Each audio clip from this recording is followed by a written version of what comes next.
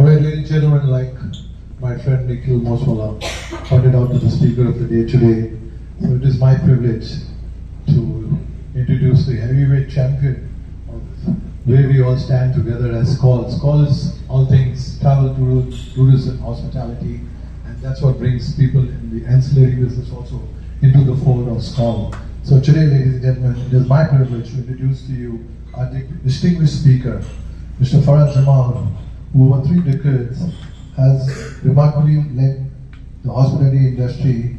Mr. Jamal has played a pivotal role in shaping some of the most respected hospitality brands across India and the global market. He's previously served as the Senior Vice President for West and Africa in the IHCL Taj Hotel Resorts and Palaces, where he led a diverse portfolio spanning luxury hotels, resorts and international brands. Over the course of his illustrious career, he has also held senior leadership positions in renowned organizations such as Shangri-La, the Lalit Group, bringing with him deep expertise in hotel operations, strategic growth, and global hospitality standards. Today, he continues to contribute to the industry as the chairman of Travel, Tourism and Hospitality Committee as the IMC Chambers of Commerce and Industry. While he mentors and he advises leaders, organizations in the sector. We are truly honored to have such a senior industry veteran with us today to share his insights on the future of hospitality. Ladies and gentlemen, please join me in welcoming Mr. Farhat Jamal. Thank you.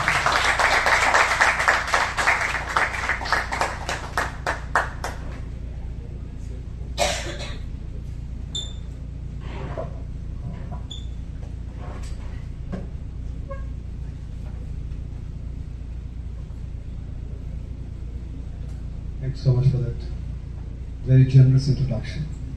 Dr. Batra, President of the Skål Mumbai South, fellow colleagues, veterans from the travel, tourism and hospitality industry, airline industry. It gives me enormous pleasure to be here because I have been a Skål member for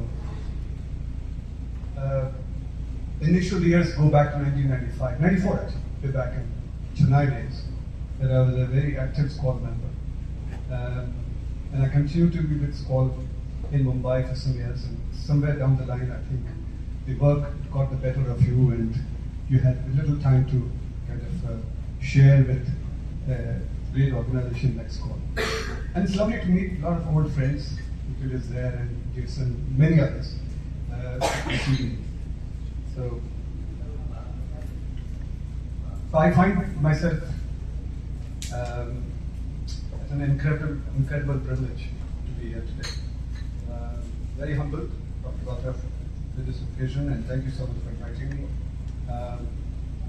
This is a source of great pride. I find myself, so I think you did mention that 4 decades of hospitality career, and it's been a long journey. So when I reflect back and say what happened 40 years ago and what's happening today, purely if I look at it from a technology point of view, my first encounter with technology was way back, I think in the early 80s, when the Taj got this system called the WANG, which was a computerized system for checking guests. Then we had the Whitney system. Some of you are familiar with Whitney system, all manual systems. And when it came, and it was like it was like shocking. Say, where will all the data disappear, and what happened to the guests, and how will I retrieve anything? But then there is something called training and something called getting over the fear, and we managed to get over that. But what I'm trying to say is that that was the start of technology for me as being used in the hospitality industry. By the way, our industry is one of the first ones to actually embrace industry. Even our dear old Mr. Shaw, Basie Shaw, and he established the whole system of POS in the hotels right at the beginning, and the hospitality industry was the first one to embrace that. So but what has happened since then, from the 80s to where we are today, I think the progress as far as technology is concerned remains static. For several decades, I think we really see the change in technologies only in the last decade or so. So I'm going to spend some time on technology and a few other issues as I speak today. Some of the younger members who are here today may find that it's amusing. There are a few young members here, but who possibly are the future of the industry. All of us are veterans in the industry. I see a lot of veterans in this room. Lots of grey hair, and and even around the face. Actually, some people have lots of grey. So, but that said, I think it's not. It's hundreds of years of experience in this room of doing business in the travel and hospitality industry. So let me start with saying.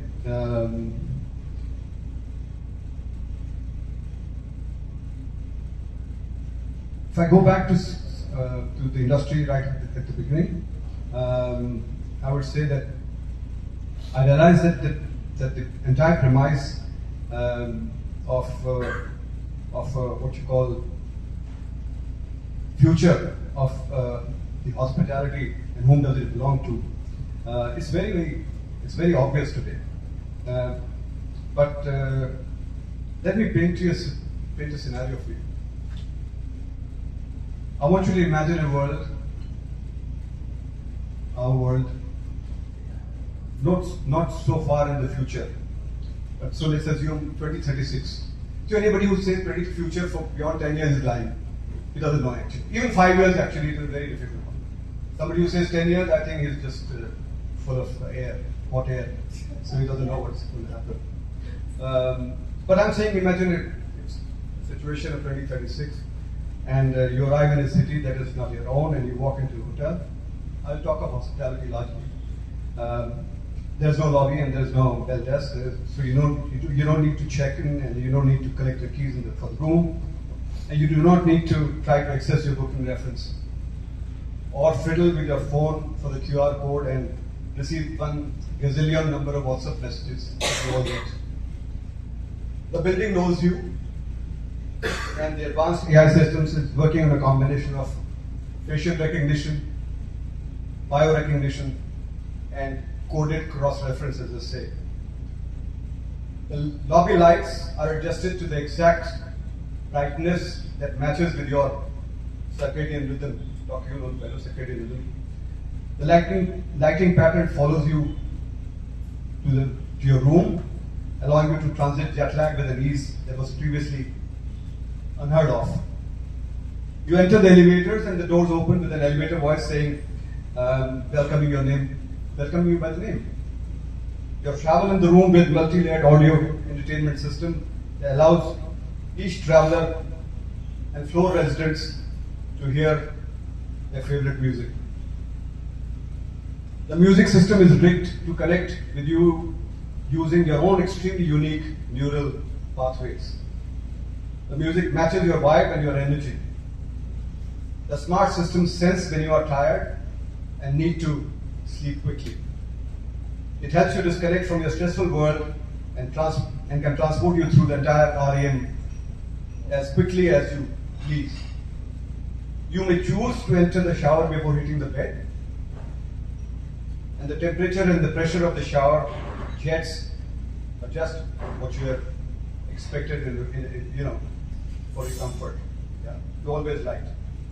You feel the need to snack, and your favorite munchies crowd you in the minibar. The room emanates your personal favorite fragrance. And when you blink, the lights switch off, while a distant voice whispers from all of us at your favorite hotel, we bid you a very good night. A message that could be personalized so that it feels that everyone in this property actually cares for you, the resident. The experience is nothing short of perfect. It's seamless, efficient, covers to the hilt, and completely, I may use a very strong word, lifeless. There's no warmth, there's no smile, there's no firm, warm handshake, no questions about your journey or state of being. You look around, you tend to miss the swish of silk saris in that warm welcome, traditional welcome that India is all known for in many countries, and that you have been so used to. Actually, there is no human moment. Something is missing, and something that's always the backbone of this industry. And from the time from where you begin to figure it out, to the time we actually come up with the reason, the villain of our ill situation, so to speak, is in fact that we are no longer welcomed. Our money is welcome. Our business is definitely welcome. But as people, we have been unplugged from a world that is operating on far too many plug points in comparison to the last decade. I'm just going back to the last decade. This is the world that we are moving forwards very fast. This is the future that most of us are envisioning without calculating the consequences. Because when the ball drops, there are only two questions that we need to answer. It is not the choice, but what we will have to choose. We need to figure out how advanced we are going to become versus how human are we going to remain. We have been only in industry since time immemorial to sell feelings and never a product. Yeah, you may say room is a product or food is a product, etc. But I think for a long time that we all have realized, I think this is the only industry that sells feelings, emotions. Airlines also sell seats, but also sell emotions. I have had very, very good experience of airline crew who's been so warm, so hospitable. The lady who checks you in is so warm and hospitable, recognize your needs, etc. But look at other industries, pharma companies are busy selling their medicines, you know that better. Retail industry wants to sell their goods, and our banks want to sell us money. It costs us more money to buy that money, but I suppose that's a different story altogether. Yeah. We have always focused on only one thing. We have constantly believed on selling a feeling, emotion. Despite all the cataclysms, despite countless evolutions, our core remains unchanged. We sold a feeling of being taken care of. This feeling has always come from a single source, which is the human presence. After all, it is only industry where people can burn their fingers, work 18 hours a day, Nikhil is smiling. Miss family functions, Arun, F&B person, he's a long veteran of their yeah.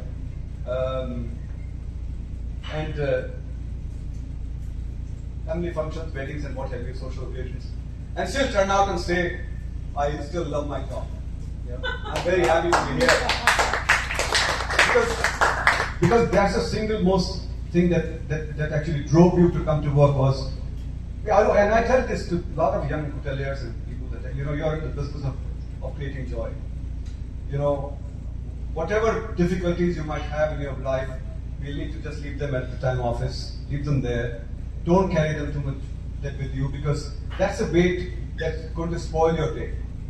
Because the person who's paying for the experience is not concerned what you have. They want you with a smiling face, they want you to be caring, they want you to be forthcoming and be efficient all at the same time.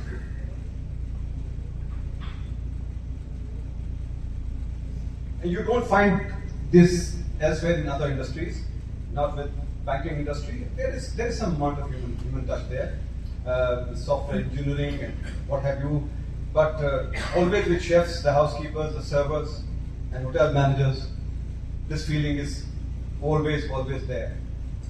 And we do so with pride, because hospitality is not merely an industry, it's a craft, a culture, and often a milder form of insanity.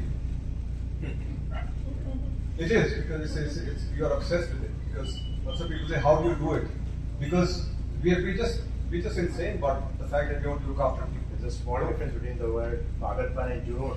Pagarpan and Junoon, well said. Well said. और ये जुनून है. ये hospitality industry में जुनून है. And I said to people, I said, why did you work for this industry 40 years? Don't feel embarrassed to tell somebody you 40 years. I said, either the company was stupid or you were idiot. You worked for that long time. Because youngsters who come for 40 years, he says, where? 40 years where? It's one company. Okay, let's move on. Because you can't imagine somebody doing. I wonder if people will retire in jobs. They will retire in jobs, but from which companies and so on. You start somewhere else and you finish somewhere else. So in this room, there's full of veterans who are here, who've actually lived that life that I'm talking about. And I know our young generation is. I know my older one, my young one actually has in 7 years has changed 5 jobs. And I said, why? But she's very smiling, she's very happy about it. She's, Baba, I'm getting bored. There's nothing to learn in this. I only learned in 1 year. I said, but you've learned everything. Yeah, because if I don't get any motivation, there's no motivation in this. Whatever they have to teach, I think I've learned, and now it's all very mechanical, and there's no joy in it. So I need to move on and do something else. And this is the story of all the Gen Z, so-called, and so what else? What else could the future of hospitality look like? Chaotic is one that, to put it mildly. Well, the most of the 20th century, hotels were run by hoteliers, restaurants were run by restaurateurs, the chefs, etc., at the helm of affairs. And today the game has changed completely. And in the future it's going to change even more. Because all this is done by private equity players and asset managers and many other entities that are actually running the business. Not to say there's anything wrong in it. There's nothing wrong in it. They're all there to ensure that the industry prospers and grows. But they must allow professionals and hoteliers to run the show as far as possible. And I think Nikhil knows this better than anybody else because working with professionals and leaving them to do what they do best, and putting those checks and balances when it's required. Okay. Just over the last 2 decades, major hotel companies have declared massive consolidations. Companies have prided themselves in the properties that they've owned. Now, of course, there's a famous asset-light model, which has been there for some time, actually. It's not new. And hotels have just stopped being just hotels. It's something that is more powerful. I think many of you may have seen recently, IHCL, the company that I worked for many years, is the second largest real estate company in this country after DLF. Oh, So, wow. Yeah, it is the second largest real estate company in the world. In India, sorry, what am I saying? In India. So, from global distribution systems to brand franchises to financial instruments, there's just so much happening in that space. Kitchens may still smell of butter and spices, but upstairs it will be only spreadsheets and a bitter. It has become very, very important. I'm not against profiteering, I'm not against bitter, because I think you need to deliver results, you need to deliver the promise that you make to the owners and to developers and to yourself. But you need to understand it shouldn't come at a price. That's very important. Okay. Over the next 2 decades, you will see, we are already seeing it actually, not 2 decades, cloud kitchens and virtual brands merging into platform ecosystem or a hedge fund acquiring restaurant chains, and many of them have already been acquired. I can name a few at an unprecedented rate. And the big brands absorbing regional players. This is going to look like what many years ago even airline industry went through. There are giant global operators and thousands of local partners that are each vying for consumer attention and then trying to sell rooms and food. And we have to do this most with this amongst the workforce dilemma. Workforce dilemma is, I think, the biggest thing that the industry is today facing, and in future is going to be even greater challenge. Our industry has always operated on a single principle. I'm not going to go through this because, long hours and pay was mediocre and work-life balance, etc. All that has happened. But this was a bargain for generations of our fraternity. The new workforce that we are talking about is asking uncomfortable questions. And what are the uncomfortable questions that new generation is asking. Anyone can just say. What are the uncomfortable questions? Work-life balance. Work-life balance, absolutely. Any other thoughts that come to mind? Working too late. Working too late, yes. Working too late. Don't want to work on weekends. Working over the Working on weekend, yes. weekends, yes. Absolutely, absolutely. So, the workforce turnover today is looking like, and it's a scary number actually, 70% annual shift. People leave our industry to move into media, into consulting, into allied industries, and this is not a temporary shortage.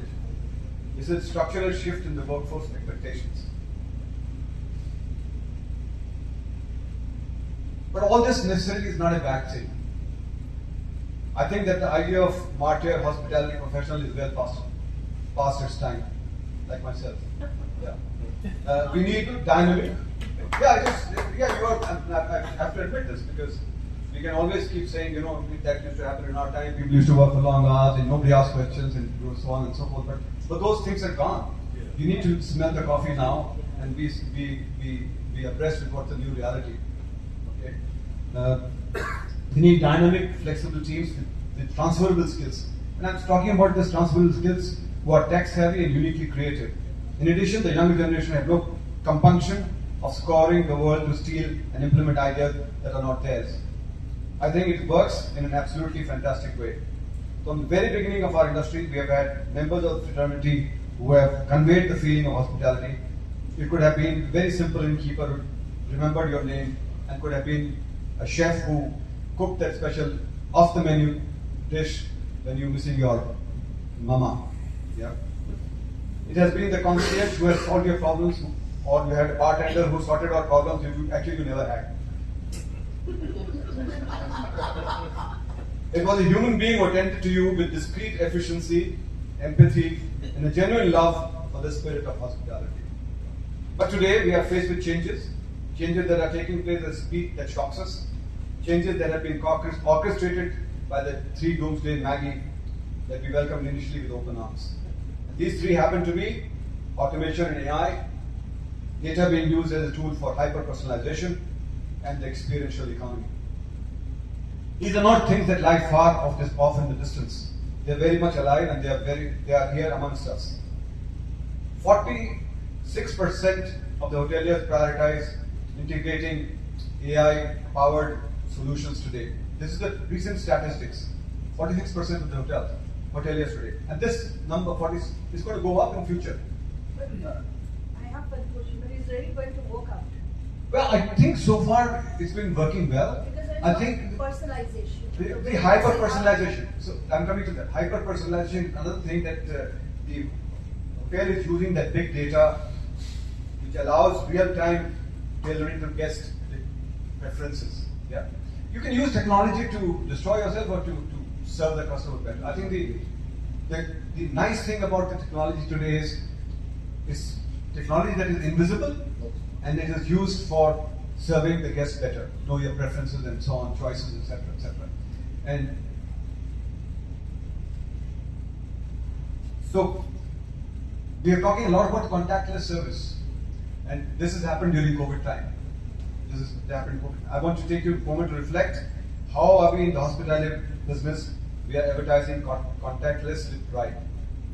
We have increased efficiency, cut costs, and rationalized labor shortages by removing sometimes the single most important component that made hospitality what it was, which is the human element. Data now knows more stuff than your staff.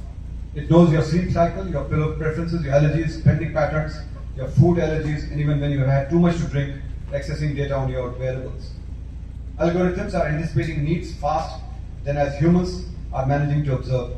But this is where we have the single important paradox. Machines may predict what you want, but you need a human to understand why you need it. We are now marching towards an experience economy. People are no longer traveling for rooms, but for stories. How many of you agree with this? Yes.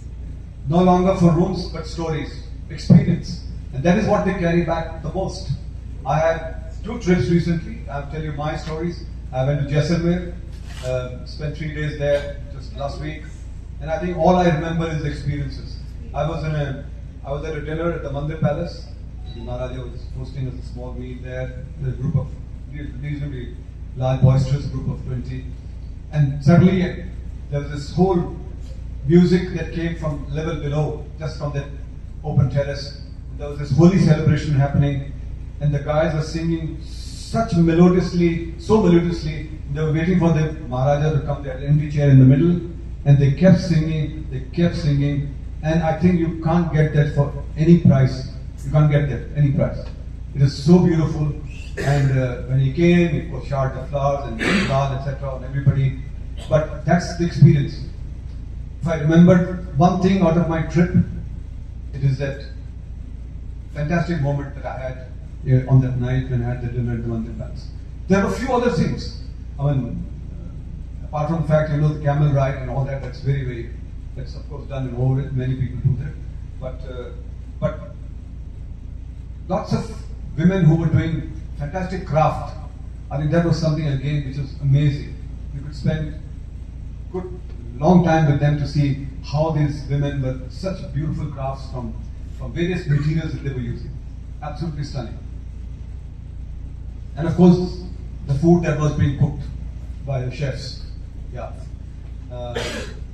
Incredible variety again, great experience, can't forget.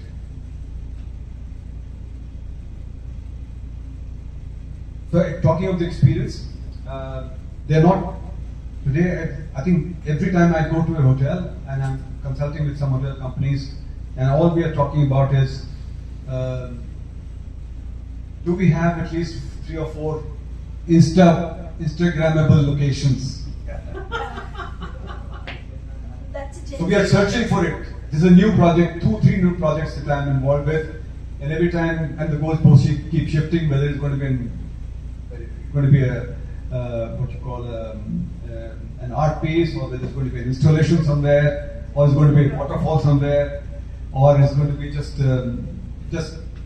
biophilic, so to say, design in the architecture, in the design.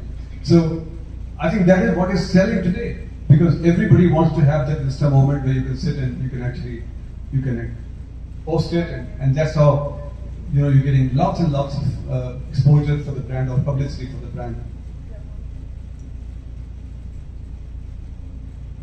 The biggest mistake that we stand to make at the hospitality industry, that we have started to believe in the technology and the future of the hospitality industry.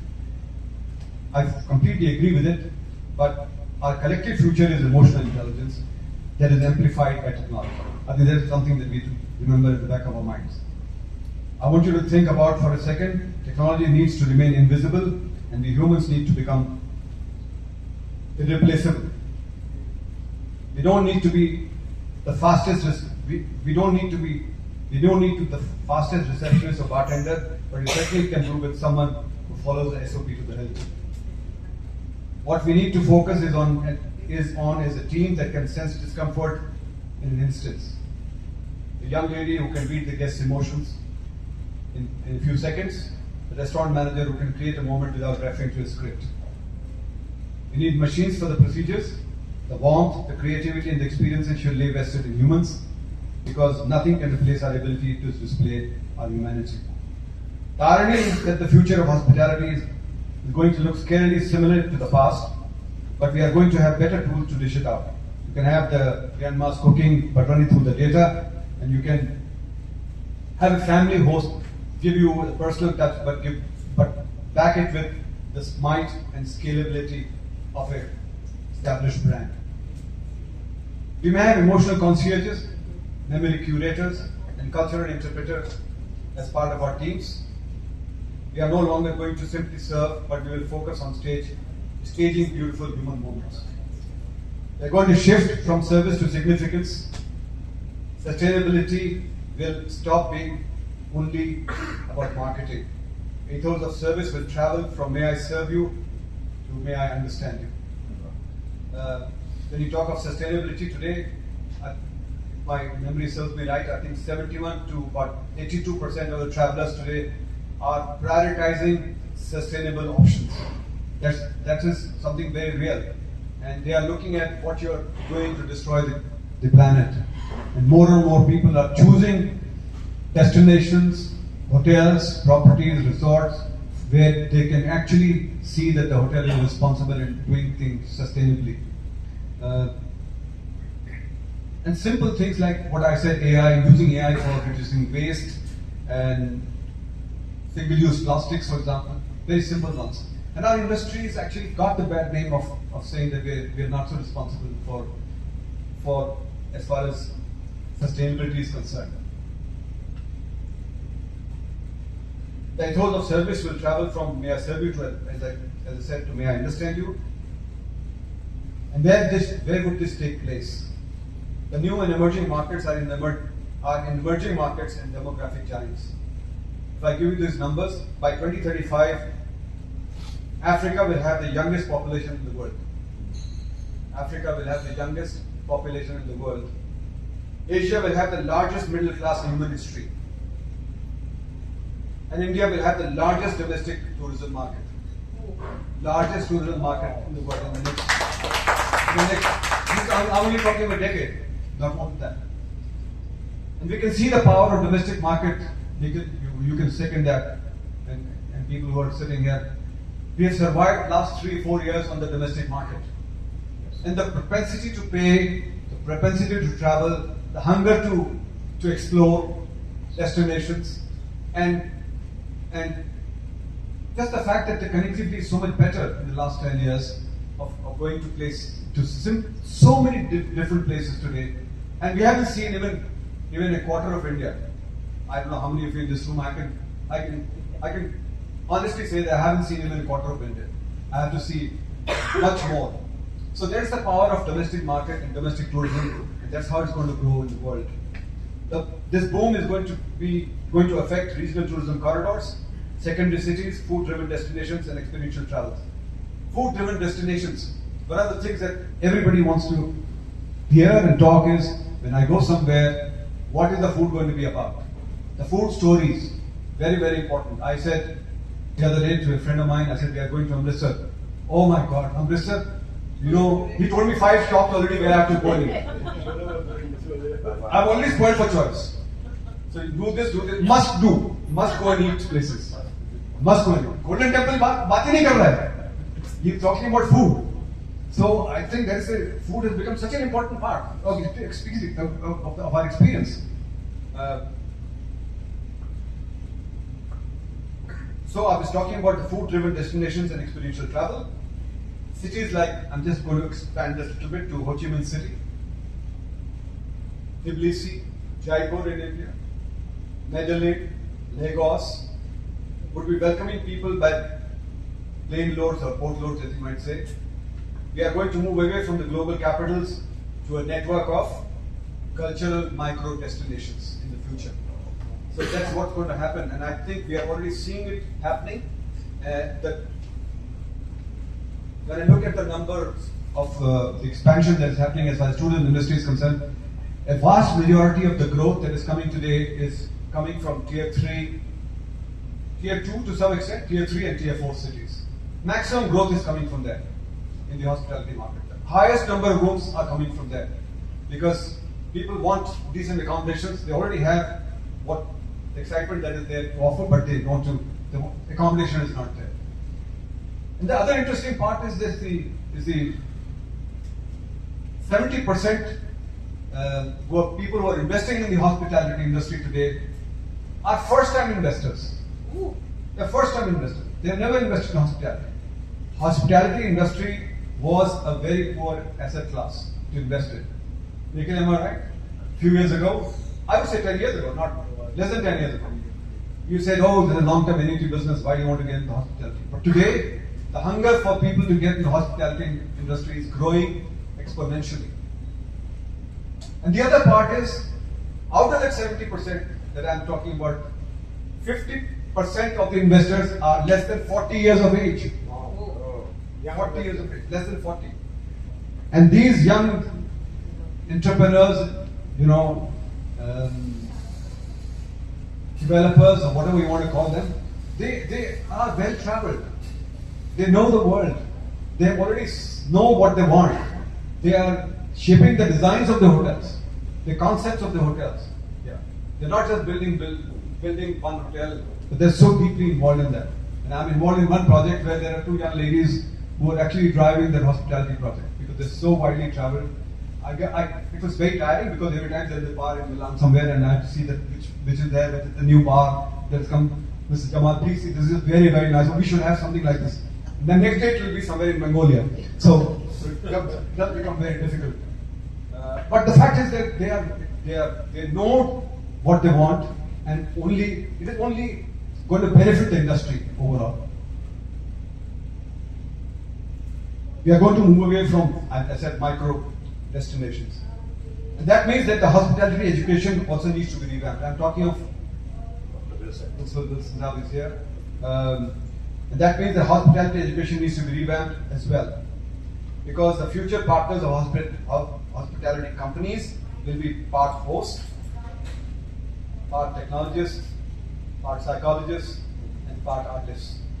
So you need to combine all this to be able to provide the workforce of the future.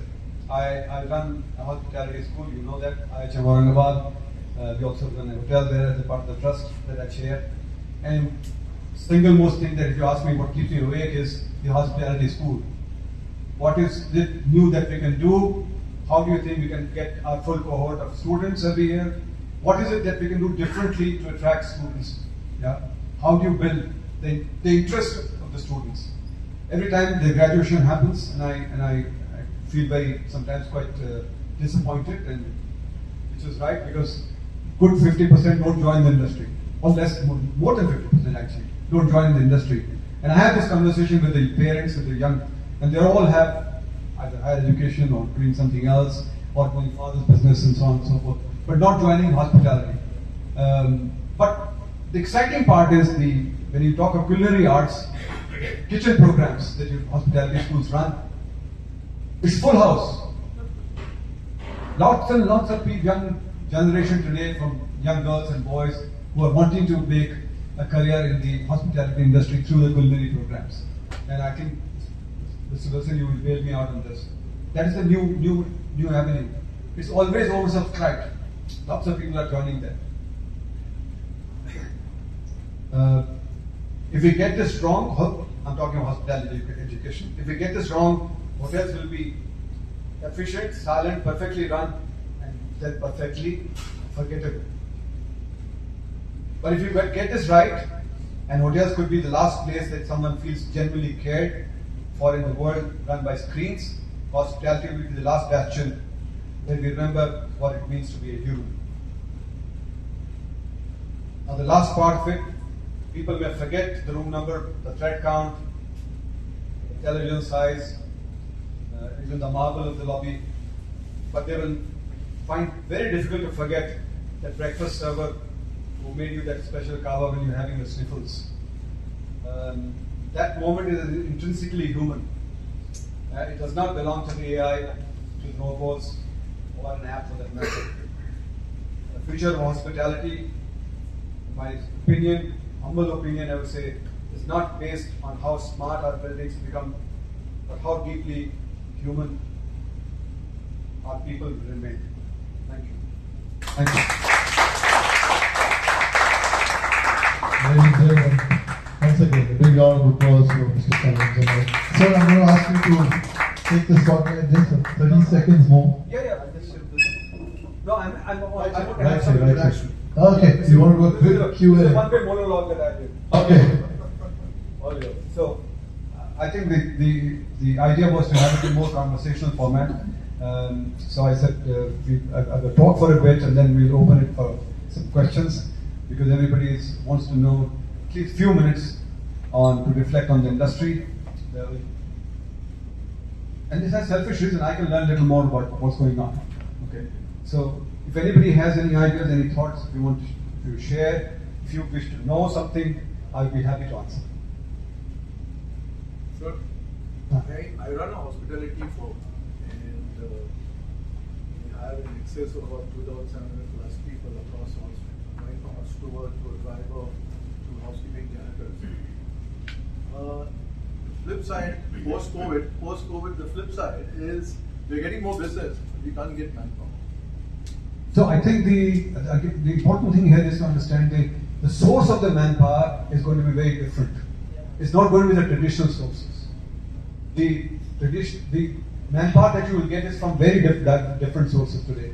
They may not be the trained hotel school guys, they may be non-hotel school guys, they may be just people who are coming out of villages, trust me, out of villages who are more hungry, who want to learn.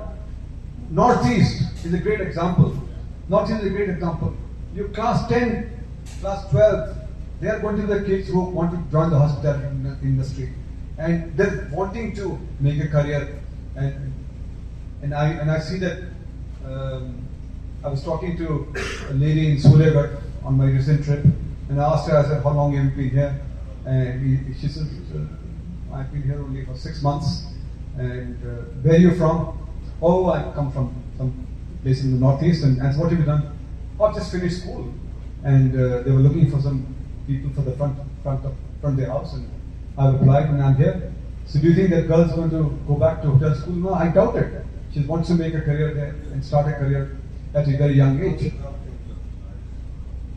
Nikhil?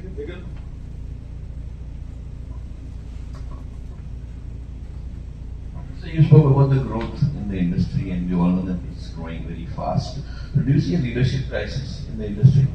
Because we see that when new hotels open, getting experienced general managers, see, it's easy to get the low-level stuff, right? You can fill up 100 security guards, 200 receptionists, etc., etc. But to get a general manager with 20 years experience running a 300-room hotel and that to new destination, it needs certain skills, right, which can't come overnight. So do you see a leadership crisis emerging in the next few years? And how does a company like IHCL that's growing at such a fast pace, how do you do that? How do you train general managers? How do you identify that this is the person who's going to lead a hotel? Because at the end of the day, I think it's leadership that counts. If the guy sitting at the top, he's going to make a big difference. Because it's all percolates down, right? It's all top down. So I'm seeing it myself personally in our company, and I won't name specifics, but we can see it happening. So what is it that Mr. Pokhriyal is doing, or what is it that Mr. Tekrawal is planning that will remediate the situation where it's going to be a big leadership crisis according to me? And what are your thoughts on that?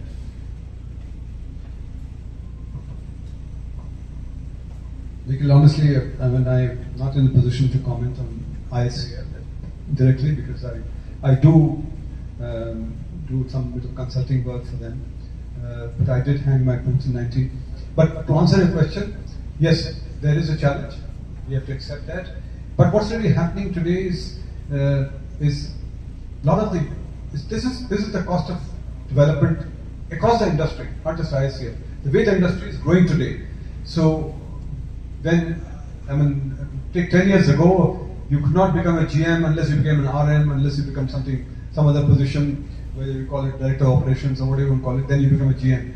Now I think the opportunities for young people to become a GM have come pretty quickly. And I think there's a challenge in that. And I say this because when I do my coaching to people who are just kind of moving to a GM position, I said, it's very hard from a specialist to become a journalist. Because you are a specialist. You only did front office, or you only did food and beverage, or you did only as a senior housekeeper somewhere. Now you are managing a full show yourself. That transition for some people is easier, for some people is very difficult. And when I coach people on this particular subject extensively, and tell them ways to how to handle it. And that's the only way I think, because I think IHCL probably has a training. I've coached quite a few. I've coached 19 of them who have become GMs from hotel ops and senior people. They're just about the threshold of becoming GM. But that's aside. But I think the challenge that's lying ahead with us is that you will need to have people who should be handholding general managers, or at least taking them in their so to say, I'm missing the right word, to shadow them and see for 6 months what kind of inputs the person wants, and a closer supervision on there, and ensure, because apart from the fact that leadership is not just about running the hotel, it's also about you're running very great relationship with the ownership. People who own the hotels. Not everything is owned by brands per se. Yeah, IHCL is very fortunate. Now, of course, it's growing with lots and lots of operated and managed hotels and other models that we're following now. But largely, you see the Marriott and the Hyatt and many other companies, they don't own any assets because they're basically running the whole thing on the premise that they will have trained GMs and etc. And expand and give opportunities to young people. So the positive side is that the young people are getting opportunities to grow, but yes, they must be given at least 3 or 4 months of a orientation to become what you will need to do, become a GM. That's a long answer of a way. Mentorship. I hope that helps. Mentorship. Yes. Mentorship is very important. Mentorship is very important, and I think we've seen that during my early years. I think we've had tremendous amount role models. Today there's a deficit of role models.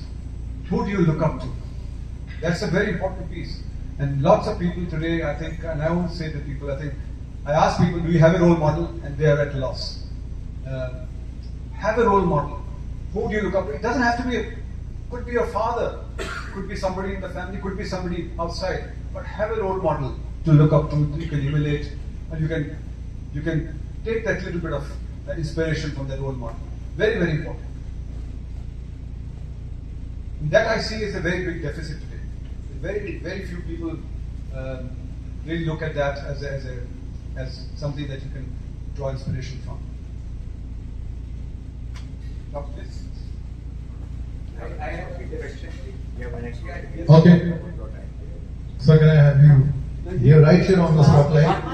One last you can question. take it. Okay, one last. For sure. One last. Go ahead.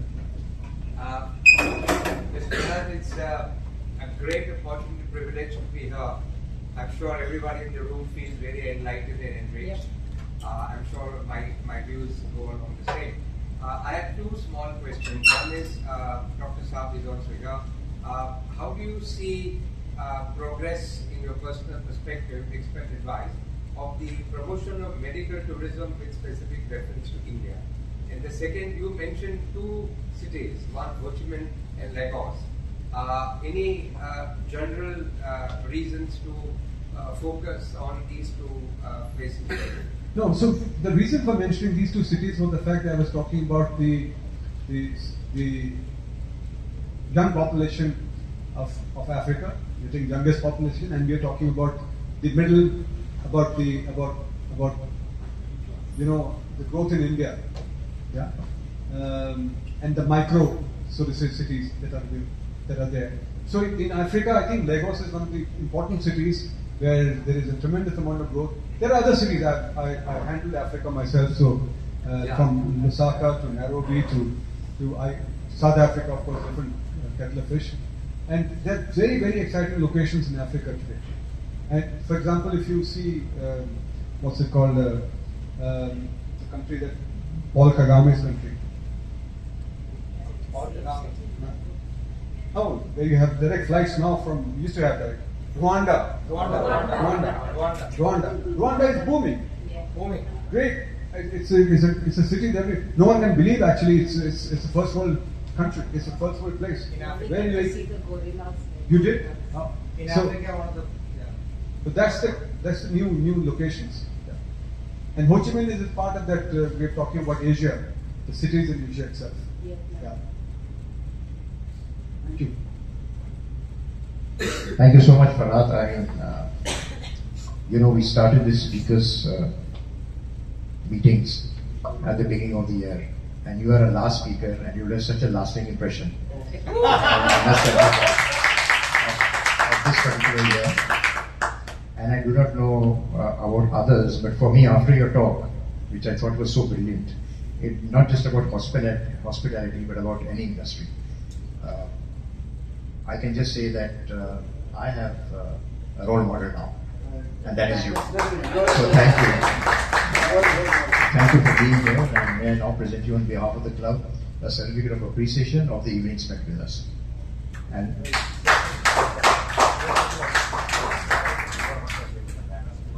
Thank you.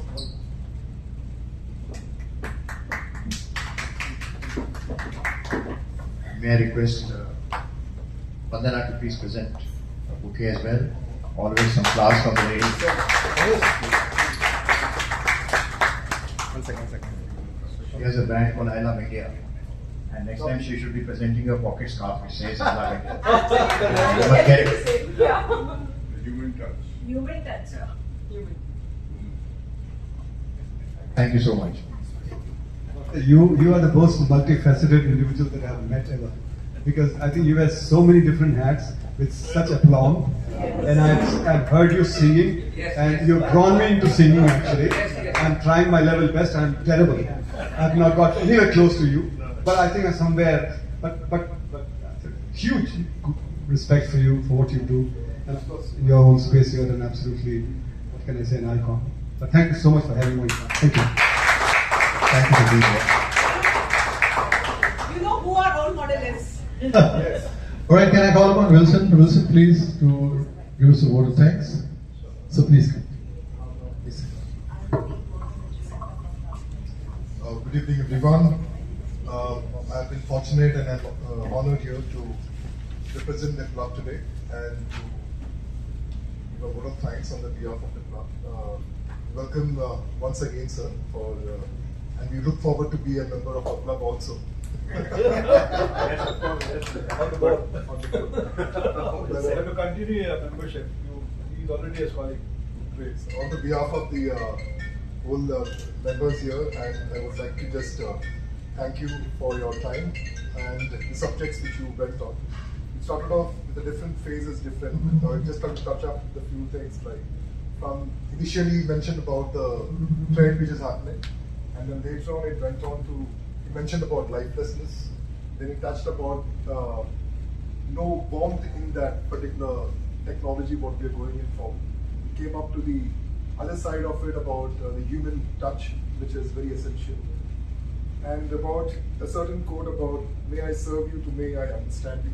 Brilliant, yeah. Yeah, that was That's very close to my heart. and as you rightly said, I suppose we need to smell the coffee and also understand the other side of it is about the trending, the change which is happening in the industry. Then we all need to adjust onto accept the change. I'll give you an example, as Sir was talking about it. Normally when we go to the airport, we normally do a check-in. And I suppose everyone agrees today that there's a self-check-in counter also. So you find my son going to the self-check-in counter with his baggage and I go to the normal counter. So it's just a kind of a change which the Gen Z is all about. So I think the time, of course, the human touch, we always want a human touch, but the Gen Z doesn't want it. So there is a change which is happening gradually and we all need to accept it and move forward. With that notes, I'd like to thank you once again on the behalf of the entire Skål Mumbai South and of our President Dr. Batra and the entire team and the Skolians. Thank you very much, sir. Thank you.